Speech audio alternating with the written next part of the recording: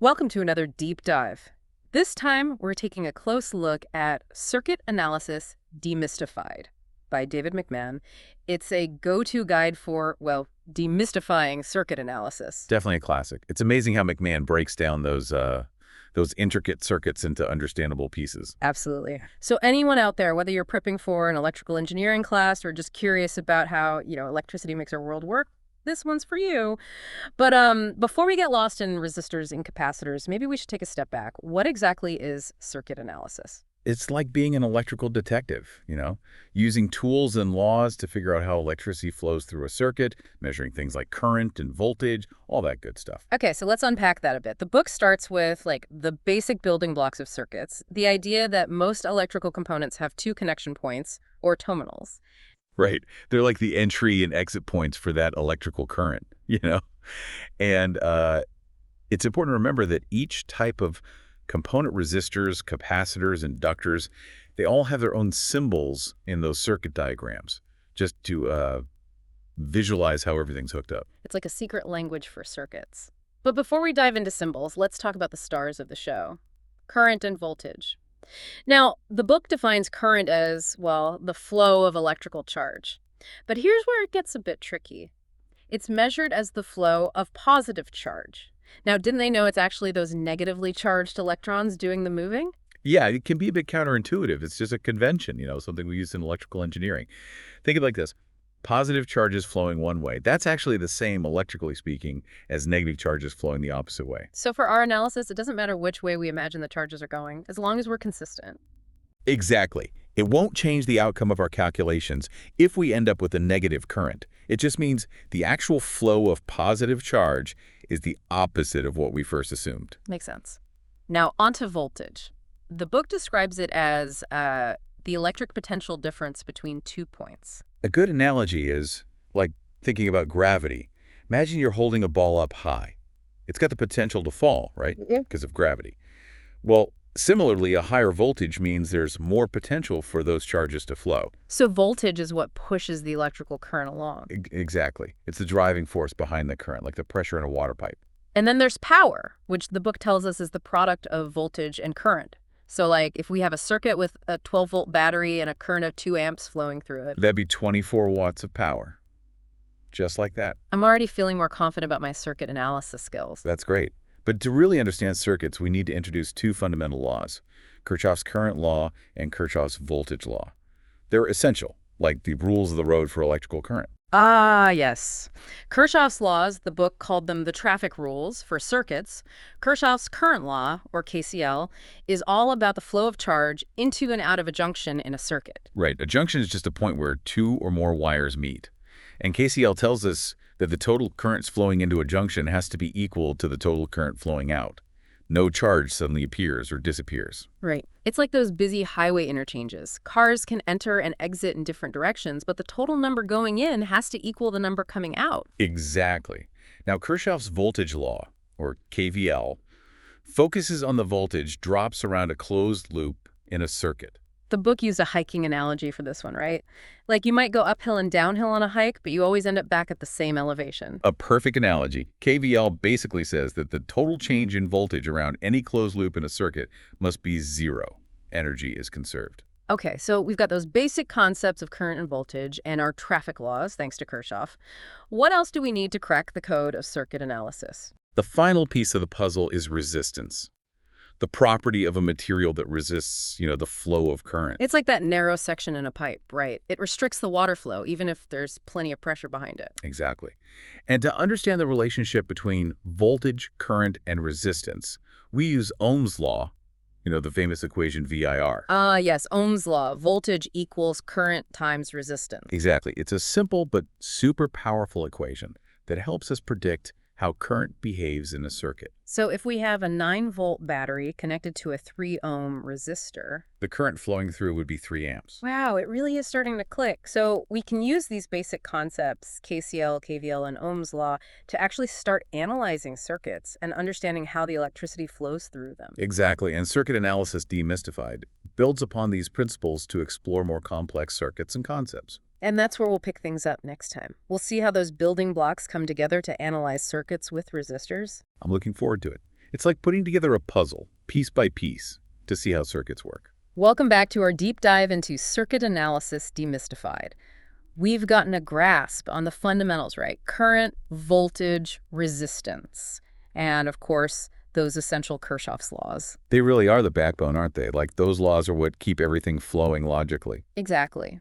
But let's take things up a notch. The book moves on to actually analyzing circuits, with resistors. How do we use all that we've learned to solve for, like unknown currents and voltages? Okay, so picture this. Yeah. You've got a circuit diagram, maybe a battery, a few resistors, some wires connecting it all. The goal: figure out how much current flows through each part of that circuit. So it's like we're trying to map the traffic flow in a city using the circuit as our map. That's a great way to put it. We're using KCL, KVL, and Ohm's law to basically write equations that describe how the circuit behaves. Like the book gives us example 2.5, right? Right. Example 2 to 5, it's a circuit with a 12-volt battery and 3 resistors connected in series. 2 ohms, 4 ohms, and 6 ohms. We're supposed to find the total current flowing through. Okay, so first thing to realize in a series circuit, the same current flows through each component. So we only need to figure out one current value. Makes things a bit simpler. That helps. But how do we actually calculate that current? KVL is our friend here. Yeah. Remember, the sum of voltage drops around a closed loop, always zero. Like that hiking analogy, you end up back where you started, elevation-wise? Exactly. So in our circuit, we start at the battery's positive terminal, go through all the resistors, end up back at the negative terminal. Full circle. Meaning the battery's voltage must equal the total voltage drop across all 3 resistors. You got it. Now, Ohm's law tells us the voltage drive across each resistor equals the current times its resistance. VIR always comes back to that. Okay, so if we call the current I, our equation would be 12 volts from the battery equals I times 2 ohms, first resistor, plus I times 4 ohms, plus I times 6 ohms for the last one. Perfect. Simplify that. We get 12 volts equals I times 12 ohms. And solving for I, the current is 1 amp. Wow, that's actually pretty straightforward. Using KVL and Ohm's law, we found the current. And the cool part is, this approach works for more complex circuits too. Even with multiple loops and branches, we can handle it. So KCL helps us write equations for the currents at each junction. And KVL for the voltage drops around each loop. It's like a systematic way to break down any circuit, no matter how complicated it looks. I'm feeling like a real circuit detective now. But those circuits in Circuit Analysis Demystified don't stay simple for long, do they? I see talk of AC circuits, capacitors, inductors, even those mysterious op-amps. We're getting there. Those are topics for our next deep dive.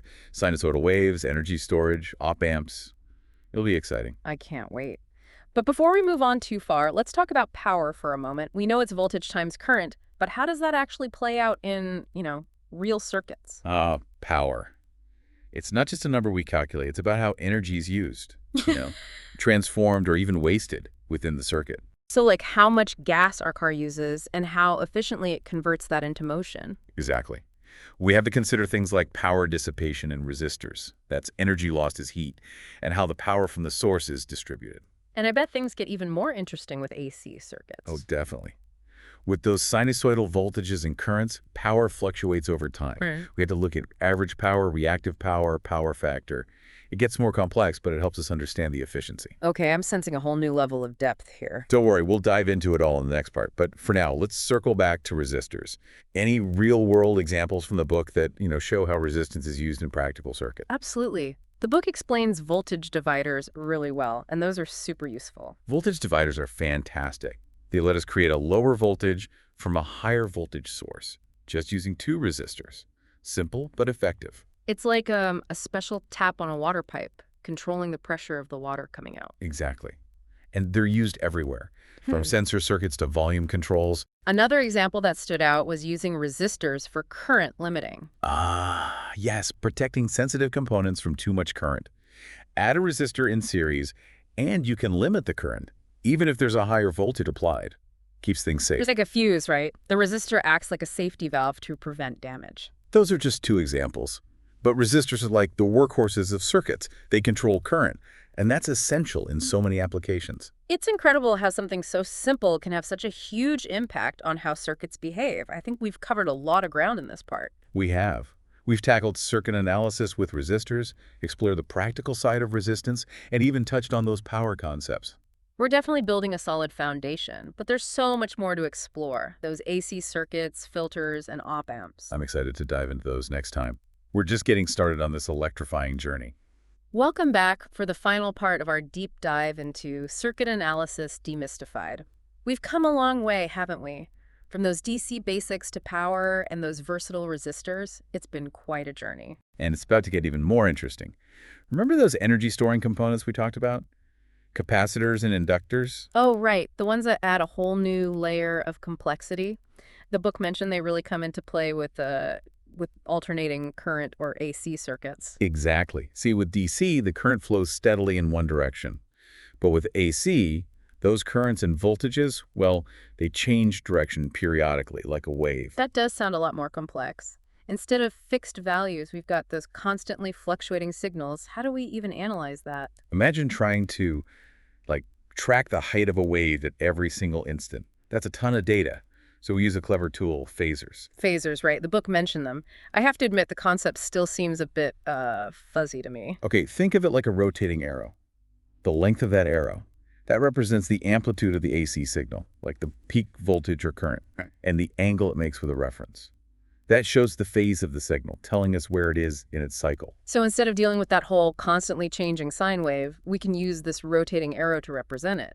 Exactly. Makes calculations way easier. We can use phasers for voltages, currents, and even impedance. Impedance, is that like the AC equivalent of resistance? You're on the right track. Impedance is a broader term. It includes resistance, but also reactance. Reactance is the opposition to current flow, but specifically caused by capacitors and inductors. Ah, so now those energy storing components are back in the picture. I remember the book saying they behave differently in AC circuits compared to DC. Right. A capacitor's reactance, it actually decreases as the AC frequency increases. It's like, imagine a gate that swings open wider for cars going faster. So higher frequency signals pass through a capacitor more easily. Exactly. And an inductor, it does the opposite. Its reactance increases with frequency. Like a gate that gets narrower, the faster those cars try to pass. So capacitors and inductors, depending on the frequency, they can either block or allow current to flow. Exactly. That's what makes them so versatile in AC circuits. We can combine them with resistors in all sorts of ways to create circuits that respond to specific frequencies. That's the basis of filters, which are used in, well, pretty much every electronic device. Filters, huh? Like the filters that make your Instagram photos look vintage? Not exactly the same kind, though the idea is similar. Electronic filters, they let certain frequencies through while blocking others. A low-pass filter, for instance, would allow low-frequency signals through, but weaken high-frequency ones. So it's like a bouncer at a club, only letting in people with the right rhythm. Perfect analogy. We've got low-pass, high-pass, bandpass filters, Yeah. tons of combinations to control a circuit's frequency response. And Circuit Analysis Demystified, it guides you through designing and analyzing these filters. Yeah. Even introduces a cool visual tool, Bode plots. Bode plots. This sounded a bit intimidating, but I'm starting to think there's nothing McMahon can't make clear. He's great at explaining things. Bode plots are basically graphs showing how a circuit's gain, its amplification, changes with frequency. So we can see visually which frequencies are passed, blocked, or weakened. So like a circuit's musical fingerprint, showing what frequencies it likes. I like that. And while we're talking about powerful tools, the book also covers operational amplifiers, or op amps. Op amps, right. Those sounded pretty mysterious when we first mentioned them. Think of them as like super-powered amplifiers. They can amplify a signal by a huge amount, and you can configure them in all sorts of ways to do different things in circuits. So like the Swiss Army knives of electronics. Exactly. Used in everything from audio equipment to medical devices to, well, anything that needs precise control of signals. And Circuit Analysis Demystified lays the groundwork for understanding op-amp circuits. This is incredible. We started with those basic concepts, and now we're analyzing AC circuits, understanding op amps. I really feel like I've learned so much. It's amazing what clear explanations and a good guide can do. But really, this is just the beginning. The world of electronics is vast and constantly evolving. Absolutely. So after this deep dive into Circuit Analysis Demystified, what electrical mysteries are you most curious to explore further? I'm fascinated by wireless power transfer. Imagine charging your devices without any cords, just beaming the power. That would be incredible. I'm really intrigued by flexible electronics, think bendable screens, wearable devices that, actually move with you. The possibilities are endless. But it all starts with those fundamentals, understanding how circuits work. And that's exactly what Circuit Analysis Demystified helps us do.